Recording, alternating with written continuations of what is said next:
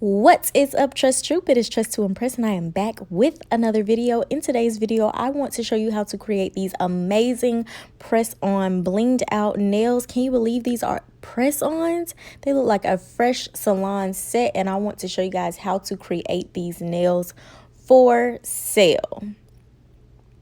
I did a video similar to this before. The nails were not blinged out, but I want to update the video and answer a few of the questions that you guys left for me down in the comment section. So thank you so much for supporting the video before, and let me know if you have any questions this go around as well. All of the products that I'm using in the video for today's look are from Amazon.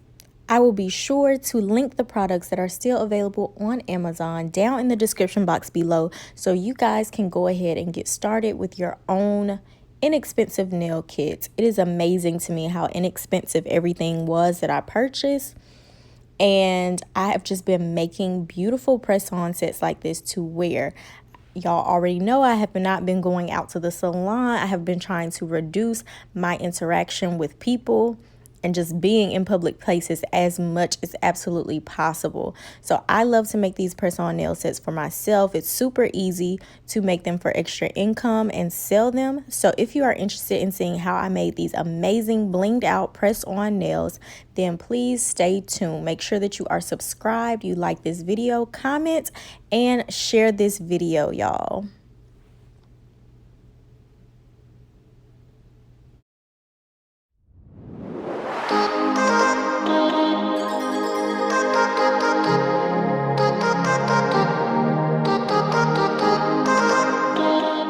Before I get into this video, I would like to give a very special shout out to Mackenzie Moments. Thank y'all so much for binge watching my channel.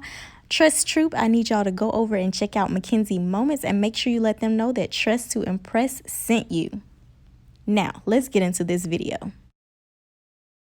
All right, y'all, I am starting off with my faux nails. I got these nails from Amazon. They are whole nails, and the shape was listed as stiletto. I think that they're more almond shaped, but you can see that on my box, I labeled my box with the numbers for the sizes of each nail. It just makes everything a lot easier. But if you are making these to sell, you do want to make sure that even though you have your nails organized, that as you pull them out, you check the number that is actually on the nail itself to make sure that it is the right size. You want to make sure that you have a sizing chart for your client, and you want to keep a file of those so that if you have repeat clients, you can always go back to that file and you don't have to size them every time. And this organizer did not come with the nails. It's just an organizer from the Dollar Tree that my sister gave me that I'm using. One of the questions from the last nail video that I posted was, if you are making these sets for clients and you are not sizing them, is it a good idea to make extra nails in extra sizes? And I completely agree that you should do that. I think that it's best to just size your client though. So all you have to do is send one nail of each size to your client ahead of time and have them to fit themselves. That way you don't have any mix-ups or disagreements about whether the nail actually is the right size or not. Next, you should file each one of the nails. So you will notice I'm showing you now how the nails have little extra extensions on them sometimes that needs to be filed off, just to make a more clean look and an easier fit for the press-on nails, and everything looks really nice and neat and professional. So I just file around the perimeter of each individual nail, and for this particular look, I'm going for a really bold red. So I really want the tips of these nails to be super pointy and stiletto, and right now they're a little bit more rounded, so I'm going to make them super sharp and pointy. Remember, I am not a professional nail tech, so with that being said, this is my makeshift hand. I use some wooden kitchen skewers, some Loctite, and some packing tape to put this together. And I just wanted to show you guys what the Loctite looks like. All of these are household items that I have laying around. If you would like to get any of these items, all of them can be found at Walmart or Amazon as well, I'm sure. So I just thought it was super easy to put this together. I did have someone ask on my last video, why not just use the handstand display? And for me personally, I mean, this just works for me. So you guys, I encourage you to do what works for you. I have seen some of the finger stands that are too tall to fit into my UV light, and I'm not interested in getting a taller UV light because UV waves are not good for you. So I want to keep the smallest UV light that I can possibly get, and it really can only fit 4 fingers comfortably. So my little makeshift hand fits into my light perfectly. So once you have your makeshift hand together, you just want to apply each one of your nails to your sticky tack or whatever your model is. And then I like to buff the surface of each of the nails, and that just helps the gel polish to last even longer on the press-on nails. In case your client is a little bit rougher on their nails or they use chemicals or whatnot, the gel polish will stick and last a little bit longer to a buffed surface. And this also gives you a chance to clean up any of your shaping on your tips. Next, I am using the Sally Hansen gel polish, UV gel polish kit. So this is the base coat that comes in the kit. It comes with a base coat, a top coat, a color coat, and the UV light itself. It also comes with some wipes to clean the residue off of the top of the polish after it's done curing. So I'll make sure that that kit is linked in the description box below so you guys can check it out. I love using it on my real nails. I love using it on these press-on nails. It's just absolutely amazing. And using the gel polish versus acrylic just kind of helps the press-on nails to look more natural. So once you get a thin, even base coat on the nails, then you can go ahead and cure them, and I cure for 60 seconds. I think the kit directions require a minimum of 30 seconds. And here I'm using another color polish that I got from Amazon. It is not Sally Hansen, but it is a very bright, beautiful red color, which you can see here. It is beautiful, y'all. So bold and sexy. So also with the red, you just want to apply a very thin, even coat. With the gel UV polish, you want to make sure that each coat that you apply is super thin and even. Remember that if you want the color to be bolder or less opaque, you can always go back and add more and more coats. But for the best product, I feel that it's best to use a thin, even coat with each layer, even if you have to do 3 layers of your polish. I have never had to do more than 2 layers of my color. So normally I use the base coat, then 2 coats of the color, and then a top coat. Usually gets the job done. So for this red, you can see that 1 coat is not really getting it. You can really see through the nail. You're not getting that bold red color. So after I let this cure in the UV light for 60 seconds, then I'm going to come back for another color coat.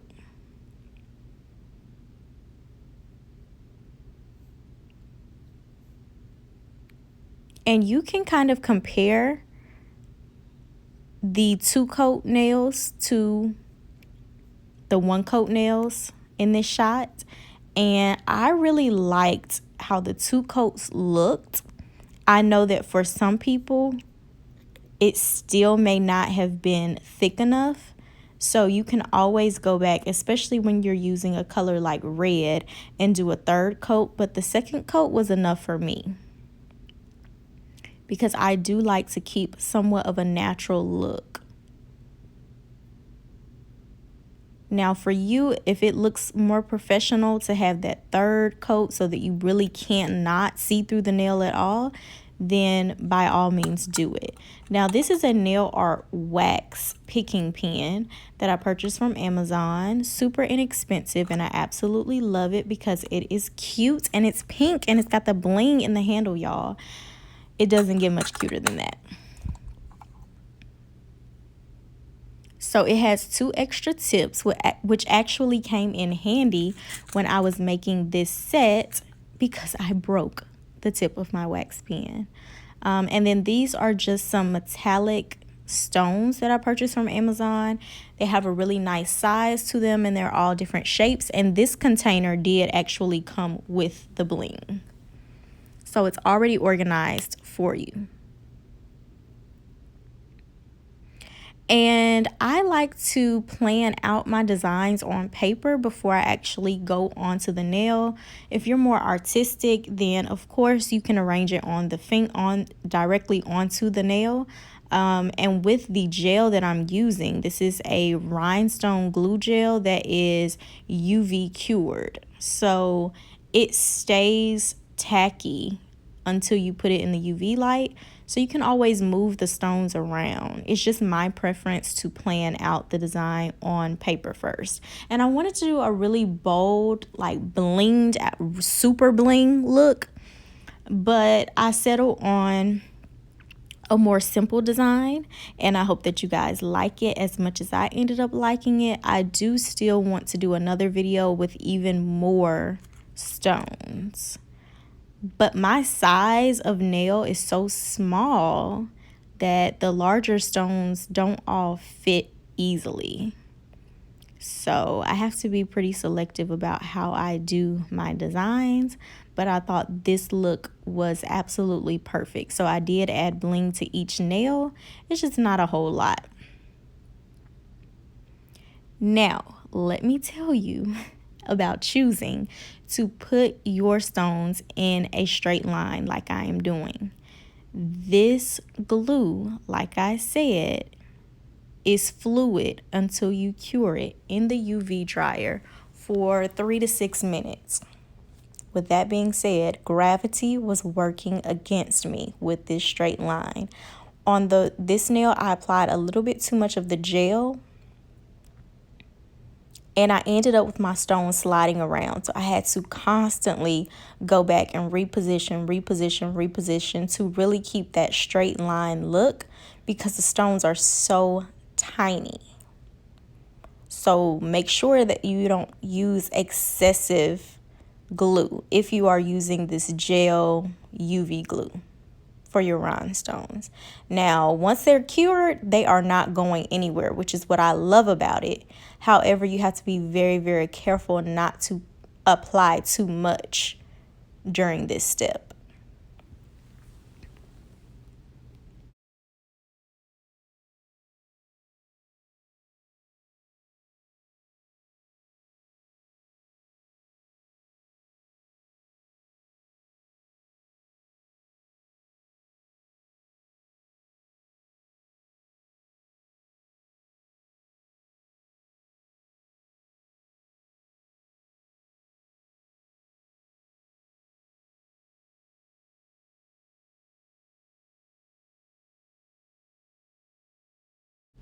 I thought it would be cute to make sure that I had a little bit of bling on every nail. So I went back and added my rhinestone to the cuticle part of each of the nails. And I did leave a little bit of the red, like a little bit of a gap between the cuticle and the stone so that you could see red completely around the stone, if that makes sense. But this is pretty popular with nail bling, and I like the bling, but I like a modest bling, so it's perfect. And I absolutely love this red with the gold, y'all. It's beautiful. It's like red hot chili pepper, spicy, hot tamale.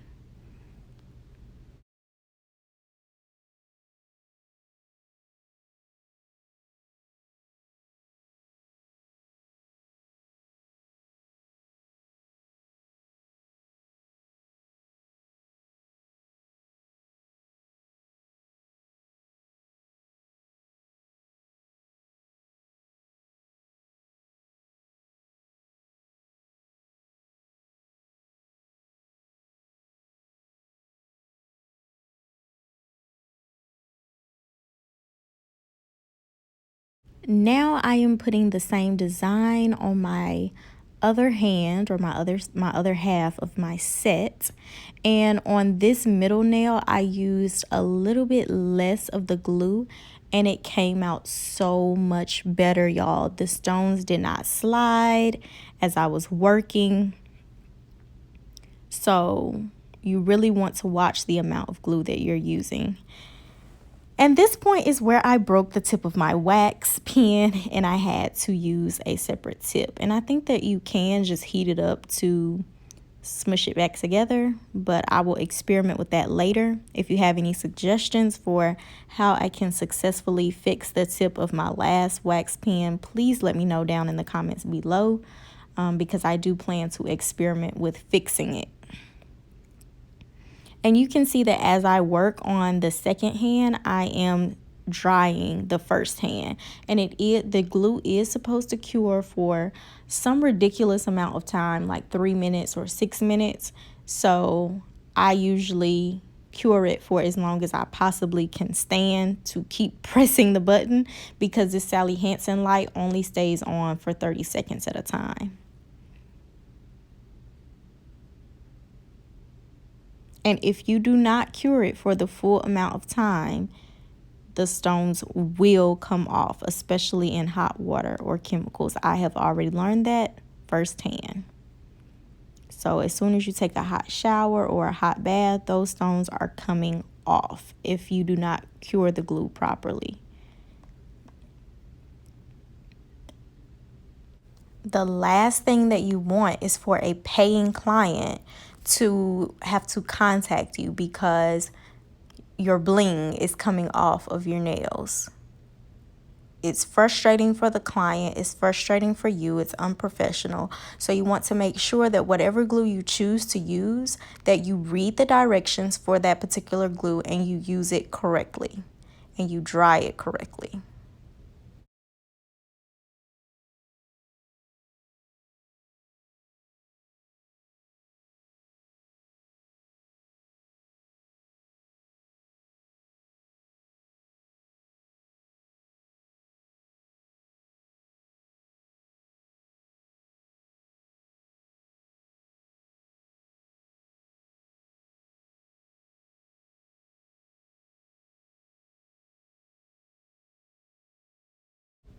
This is not a no wipe gel polish, so of course I have to use my alcohol to wipe over the top. The Sally Hansen kit does come with the alcohol pads, but I have used them all, so I have to use my own alcohol. And I added a top coat to the press-on set after I put them on my hands because I could not stand to package these for sale, y'all. Look at how beautiful they are. I could not wait another second to get them on my hands. And of course, you guys already know, if you saw my previous video, that I like to use the Maelle Organics Mint Almond Oil as my cuticle oil. It just really gives your skin that beautiful shine. It smells amazing. So if you are a professional nail tech and you do hands every day, I strongly suggest that you check out that oil. I will make sure that it is linked down in the description box below as well. Even though it's not on Amazon, this video is not sponsored, and I love you guys so much. Thank you guys so much for tuning in to this video. Let me know down in the comment section if you have any suggestions for more looks that you would like to see on nails, or if you have any questions about this look. Thanks for watching. I'll see you in the next video.